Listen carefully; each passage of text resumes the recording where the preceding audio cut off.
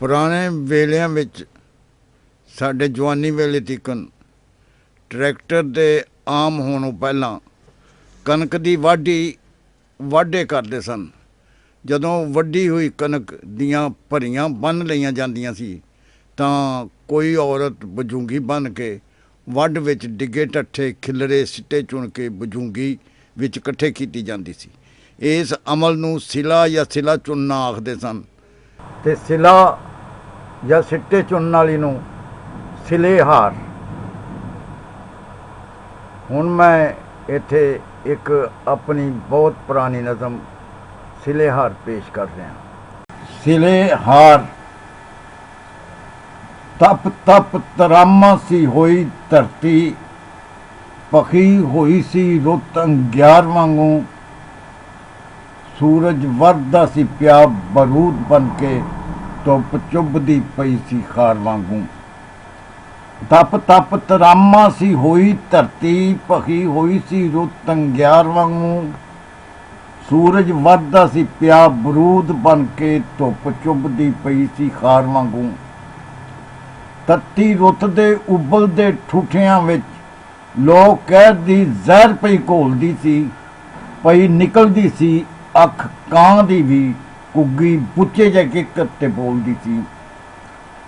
ਤੱਤੀ ਰੁੱਤ ਦੇ ਉਬਲਦੇ ਠੂਠਿਆਂ ਵਿੱਚ ਲੋਕ ਕਹਿਰ ਦੀ ਜ਼ਹਿਰ ਪਈ ਘੋਲਦੀ ਸੀ, ਪਈ ਨਿਕਲਦੀ ਸੀ ਅੱਖ ਕਾਂ ਦੀ ਵੀ, ਘੁੱਗੀ ਬੁੱਚੇ ਜਿਹੇ ਕਿੱਕਰ ਤੇ ਬੋਲਦੀ ਸੀ।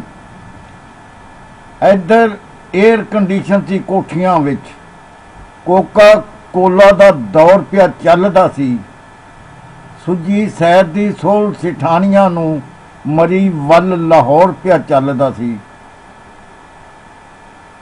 ਇੱਧਰ ਏਅਰ ਕੰਡੀਸ਼ਨ ਸੀ ਕੋਠੀਆਂ ਵਿੱਚ, ਕੋਕਾ ਕੋਲਾ ਦਾ ਦੌਰ ਪਿਆ ਚੱਲਦਾ ਸੀ, ਸੁੱਜੀ ਸੈਰ ਦੀ ਸੋਲ ਸਿਠਾਣੀਆਂ ਨੂੰ ਮਰੀ ਵੱਲ ਲਾਹੌਰ ਪਿਆ ਚੱਲਦਾ ਸੀ। ਇੱਧਰ ਪੋਲੀ ਪਈ ਪੈਰਾਂ ਨੂੰ ਪਛਦੀ ਤੇ ਟਿੱਡੀ ਭੁੱਖ ਦਾ ਪਖੜਾ ਰੜਕਦਾ ਸੀ। ਇੱਧਰ ਪੋਲੀ ਪਈ ਪੈਰਾਂ ਨੂੰ ਪਛਦੀ ਤੇ ਢਿੱਡੀ ਭੁੱਖ ਦਾ ਪਖੜਾ ਰੜਕਦਾ ਸੀ।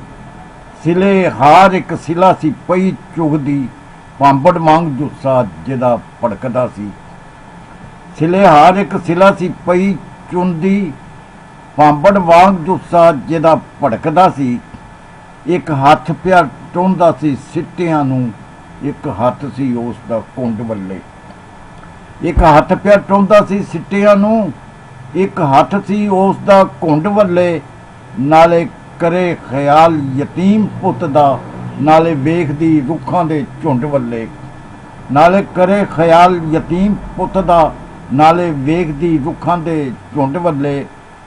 ਕਿਵੇਂ ਬੈਠ ਜਾਵੇ ਠੰਡੀ ਛਾਂ ਹੇਠਾਂ, ਕਿਵੇਂ ਬੈਠ ਜਾਵੇ ਠੰਡੀ ਛਾਂ ਹੇਠਾਂ, ਅੱਖਾਂ ਧੁੱਪੇ ਹੀ ਇਸ ਨੇ ਭੇਣੀਆਂ ਨੇ। ਫੀਸਾਂ ਕਾਗਜ਼ ਕਿਤਾਬਾਂ ਤੇ ਕਾਪੀਆਂ ਮੁੜ ਕਿਹੜੇ ਪਿਓ ਨੇ ਲੈ ਕੇ ਦੇਣੀਆਂ ਨੇ। ਕਿਵੇਂ ਬੈਠ ਜਾਵੇ ਠੰਡੀ ਛਾਂ ਹੇਠਾਂ, ਅੱਖਾਂ ਧੁੱਪੇ ਹੀ ਇਸ ਨੇ ਭੇਣੀਆਂ ਨੇ। ਫੀਸਾਂ ਕਾਗਜ਼ ਕਿਤਾਬਾਂ ਤੇ ਕਾਪੀਆਂ ਮੁੜ ਕਿਹੜੇ ਪਿਓ ਨੇ ਲੈ ਕੇ ਦੇਣੀਆਂ ਨੇ। ਝਾਕ ਲਵੇਗੀ ਸਿਰ ਤੇ ਔਕੜਾਂ ਨੂੰ, ਹੱਥ ਗੈਰ ਦੇ ਅੱਗੇ ਇਹ ਅੱਡੇਗੀ ਨਾ। ਸ਼ਰਮਾ ਵਾਲੜੇ ਬਾਬਲ ਦੀ ਧੀ ਤੱਤੀ, ਮਰ ਜਾਵੇਗੀ ਅਣਖ ਨੂੰ ਛੱਡੇਗੀ ਨਾ। ਝਾਕ ਲਵੇਗੀ ਸਿਰ ਤੇ ਔਕੜਾਂ ਨੂੰ, ਹੱਥ ਗੈਰ ਦੇ ਅੱਗੇ ਇਹ ਅੱਡੇਗੀ ਨਾ। ਸ਼ਰਮਾ ਵਾਲੜੇ ਬਾਬਲ ਦੀ ਧੀ ਤੱਤੀ, ਮਰ ਜਾਵੇਗੀ ਅਣਖ ਨੂੰ ਛੱਡੇਗੀ ਨਾ।